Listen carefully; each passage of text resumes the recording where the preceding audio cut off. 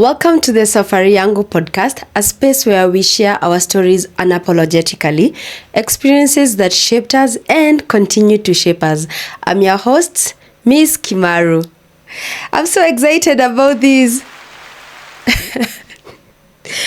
Honestly, I've been meaning to start this podcast for a while. I've tried around different names of what to call this particular podcast, and today, guys, this is our very first episode, and I'm excited about the journey ahead because there's a lot more to actually share. And on today's episode, I want to talk about a very personal experience and also an experience I encountered recently. We will be unpacking a lot of personal experiences, not just from my perspective, but from the guests that I actually get to invite on this particular podcast. I am extremely excited for the women who will be showing up here and the things that they will share with you. And as I said, today I'll be talking about a particular subject that is very dear to my heart. And it's about period poverty and period shame. The other day I went to Westlands, okay? It's gonna be more about storytelling. The other day I went to Westlands and I had gone to the bank to get a bank statement. While leaving the bank, I'm walking from Sarit towards the roundabout, just at Sarit somewhere there. Yes. So I meet this little girl. It's not really little, but I would say I meet this lady. I think she probably would have been either a teenager or probably just maybe around 19, 18, somewhere there. Yeah.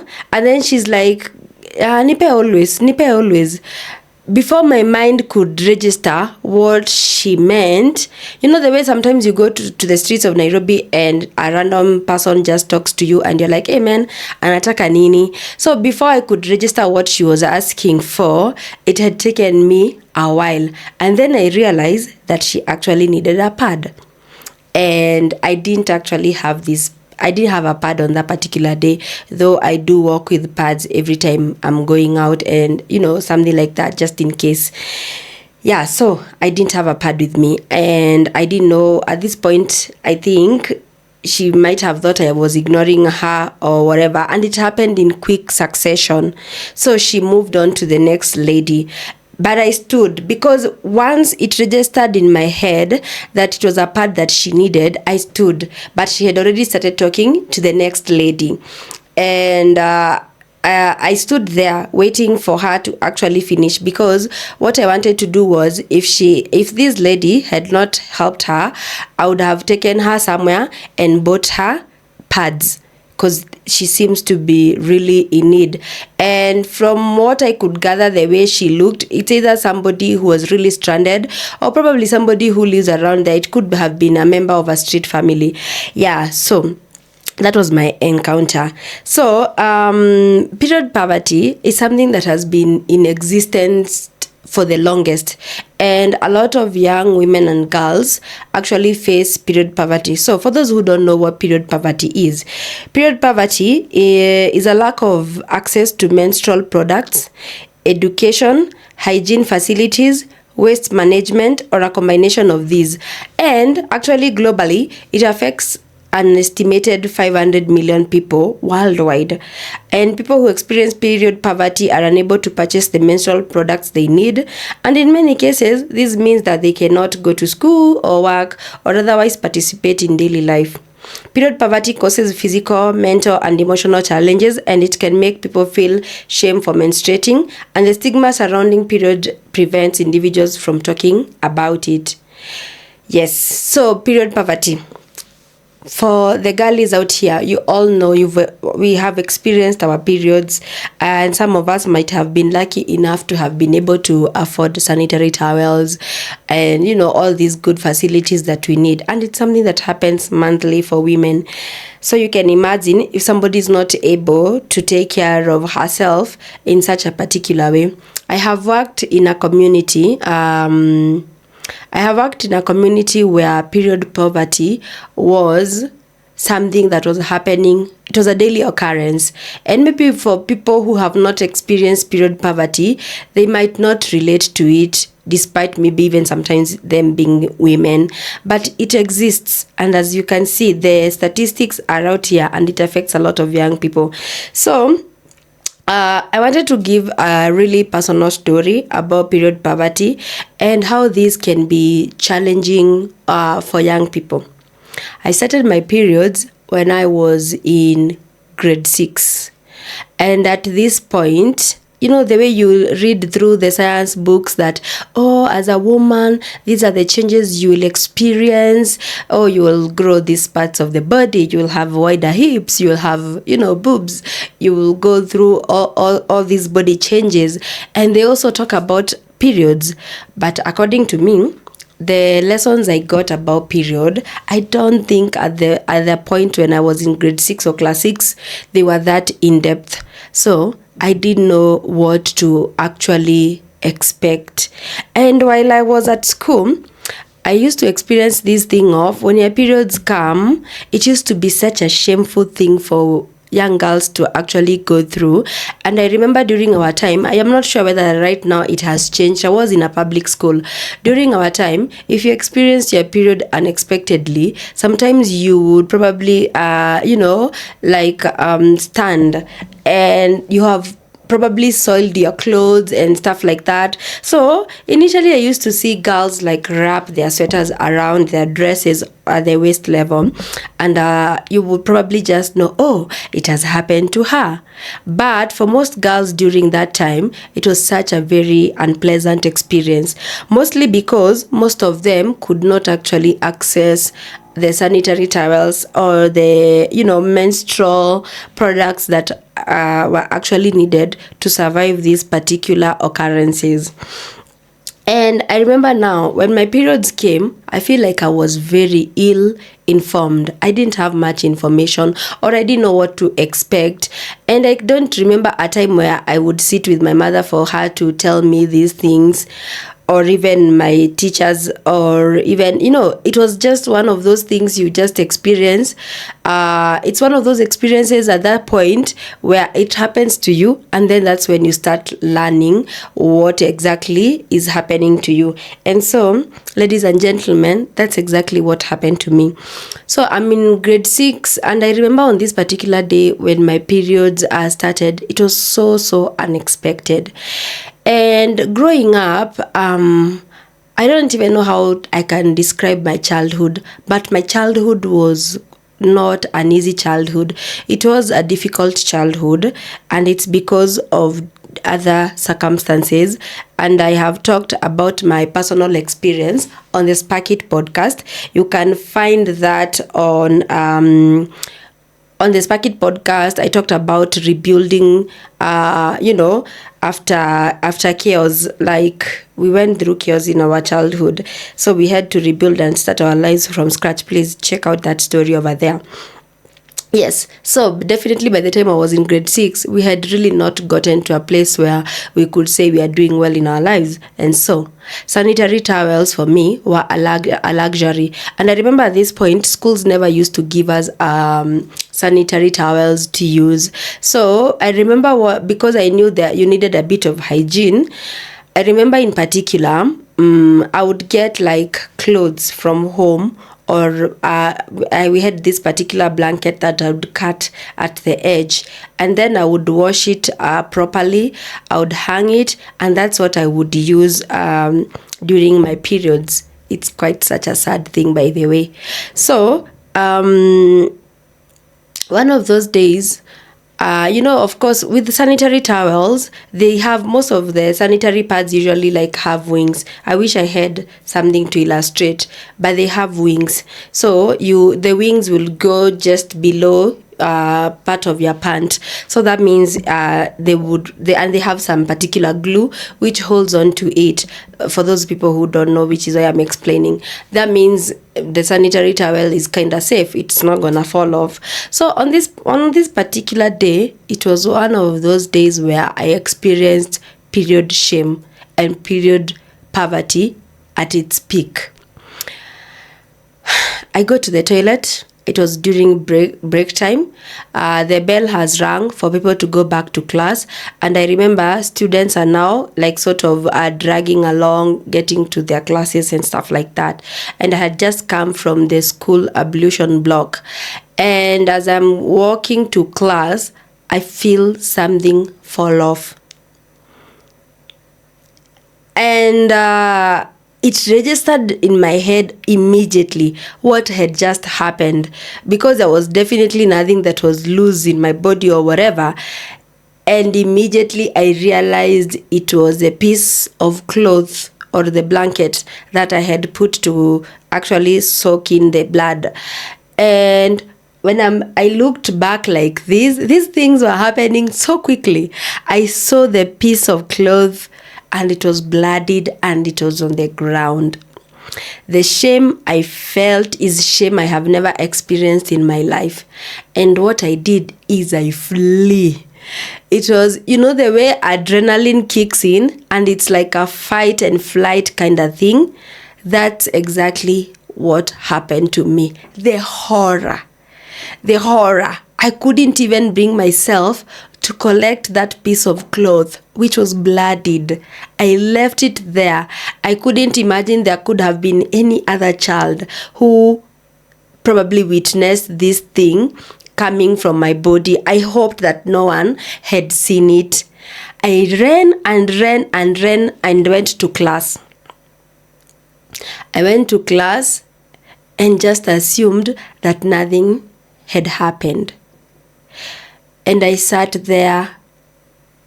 I sat there for a while, and then I decided to get another piece of cloth, because I used to dispose them, especially when it is during classes, just, between the breaks.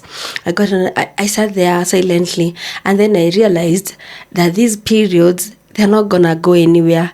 I'm still on my periods, and if I don't do something about it, the shame will now be plastered at the back of my dress. So I pick another piece of cloth, and I was actually a class representative. I decided to leave the class to go back to the toilet to actually, dress up again. And that's what I did. And I made sure I didn't use the same path so that I don't come across this particular cloth. And funny thing is, I never spoke about that experience until years later. By the time I got to class 8, I think there were these generous teachers in our school who used to give me sanitary towels, and sometimes randomly from home I could get maybe once or twice. So one particular pad would stretch, the way you are told, like, probably don't use one for more than 2 hours. I would stretch mine. I would stretch the pack for longer, because I didn't have the luxury of probably changing after every 2 hours. And that was my personal experience with periods. When I went to high school, our high school was gracious enough. They used to offer these products to us. I remember Manu Chandaria was one of those people who used to actually donate a lot of sanitary towels, toiletries to the school. And so we would be given these particular products for use, which made my life easier. I can tell you for sure that saved me from all the shame that I had encountered in the past. I felt dignified knowing that every month when I'm going through this experience, I had pads that I didn't have to stretch for hours on end, so that I'll be fine. It was a sad thing. So, a lot of young girls out here, I'm an emotional person, and this experience has just given me like really bad nostalgia. So a lot of young girls out here go through period poverty and period shame. And in Kenya in particular, I was trying to look at the stats in Kenya. The government passed the Basic Education Amendment Act in 2017, which includes provisions for the provision of free sanitary towels to girls in public schools. This was a significant step towards addressing menstrual hygiene management and ensuring that girls can attend school without interruptions due to lack of access to sanitary products. The initiative aimed to promote gender equality and ensure that girls have access to education regardless of economic status. Yes, so in 2017, the government passed a bill or an amendment act that would allow provision for girls to get free sanitary towels at school. And I remember there was a time I asked my niece, I saw some particular pads in our home. I asked my niece, I've never seen this particular brand, so where do these ones come from? And she was like, oh, we get them from school. I was like, do you get enough of these? She's like, not really. Sometimes it's just one pack, and then maybe it would take a little bit longer before you get the next one. Other months it skips. So I would say, as far as addressing period poverty is concerned, the government of Kenya did have this act that they put out there, and it kind of closed a few gaps, but it is still, the gaps are still there, and a lot of women and girls still experience period poverty and period shame. As I was looking at this, some of the counties that are successfully implementing these projects there was Kiambu, West Pokot, and Nairobi. They are actively doing these. But as I said, even as I was talking to my niece, I realized that a lot of young girls out here, they still go through that. Like, they can't afford sanitary towels, and also whatever the school is providing or whatever the government had decided to provide sometimes is not enough. So as you can see, there's still like a huge gap that needs to be filled. And then some of the challenges that this particular program has experienced is underfunding. As usual, government projects, as far as especially the good stuff is concerned, you will probably find underfunding as one of the key reasons as to why something is not being implemented effectively. But when they're doing other things, like maybe something like salary increments for the political elite, the money is there. Don't get me wrong. The other thing is distribution delays, that sometimes the pads don't get to the intended user at the right time. Because I imagine if you get a pad this month, and then the next time you are getting one is probably 2 months from now, your periods did not stop. They're still there. Okay, then the other one was sanitation infrastructure. Those are like the very key ones. It says like schools lack proper disposal facilities, e.g. bins, incinerators. And I'm not sure about the particular state of our school, our primary school, which I went to, but I remember we used to just have pit latrines. And as far as pads disposal was concerned, I don't even remember us having bins or incinerators to actually take care of these. So this is still something that schools are experiencing. Yes. The other thing I wanted us to cover as I think about period poverty and period shame and how it affects young girls and women out here. Even right now as an adult, I am working, maybe I can afford a pad or something like that. Actually, I remember the other day I was talking to my sister and she was asking me, is that the reason why you use a particular brand? She was like, I think you were so traumatized after what happened when we were kids, and that is why maybe you're using a particular brand of pads because it's a little bit expensive than the usual pads. She was like, could that be the reason why you are actually using these? Maybe because they're comfortable, you feel now like you can afford. I just laughed because I could see myself, the fact that I can now afford it, and there was a time I couldn't afford it and experience that level of shame. I wouldn't want to go back there, and I do feel sad that there's people even right now who can't afford. And it's not just school going kids, as you can see, even like adults like us. Like, what I wanted us to talk about was the prices of pads.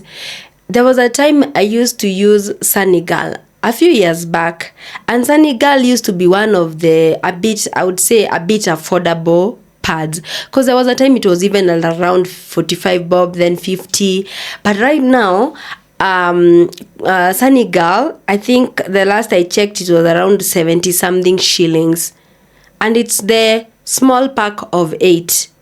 I was looking at other prices, like prices of Cortex. There was another time Cortex was the pack that has 16 pieces. There was a time it had it was around 100 and something shillings. I think it was even around either 135 or 165, and that is not a long time ago, like almost 2 years ago. Right now the same pack is going for more than 230 something to 250, around there, yeah, depending on where you buy. So you can imagine, even for just apart from school going kids, for us adults out here who might even be working and stuff like that, the price of pads, something that we have no control over, is still very expensive. And I'm pretty sure there are women out here, there are young girls out here who are probably stretching a pad for longer so that they can sustain themselves, because they cannot afford it. And unfortunately, our government doesn't care about this particular issue. Our women representatives are not talking about it. There is no bill that is trying to make sanitary towels a little bit affordable for us women. Yet it's, as I said, it's biology. It's something we have no control over.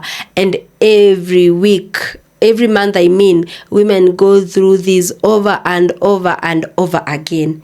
But imagine, as I started with the story of the lady I met on the streets of Nairobi or in Westlands, imagine the same way there have been condom distribution machines, or whatever I'll call them. Like, there's specific areas you can find free condoms, even in public spaces and stuff like that. Imagine if the government introduced something like that, and even as a woman, you go to a public toilet and you need a pad, you can just probably for free, you're like, yeah, you just get one for yourself, or 2 or 3, depending on your need. Imagine if they were made that accessible. I wonder why it's actually not being made accessible. Because imagine if that was the reality, the lady I met on the streets would not have been asking for always. When you say always, it's like those brands where it's the way you say kiwi for shoe polish in Kenya, but when she said always, she just meant she needed a sanitary towel pad. Yeah, so imagine if that lady had access, she didn't have to go to the streets, because that is also part of period poverty and period shame, where you have to ask strangers to actually help you because you cannot access the good stuff. Imagine now if she didn't have to go through that, because it's so accessible. Either she can afford it, like this, the prices have been so subsidized, or she can go to a public space and probably pull out a few according to her needs. My point is, I'm calling on the government of Kenya to definitely do something about this, because regardless of how we want to look at this particular issue, period poverty and period shame is so real. And it cuts across to every woman, whether in the rural areas, in urban, peri-urban areas, it doesn't matter. This is something that affects women daily, and I feel like it's time that somebody did something about it. Please let me know what your experiences have been with regards to probably period shame or period poverty, or if you know somebody out there who has experienced something like that. Let me know in the comment section. I am so excited that I have been able to shoot this particular first episode. Thank you so much for listening. I hope we get to actually share more experiences on different topics, especially the ones that affect women on a daily basis. I've been your host, Miss Kimaru. Please check out all our social media platforms and follow us for more beautiful content and amazing storytelling of people's experiences from their personal point of views. Thank you and bye.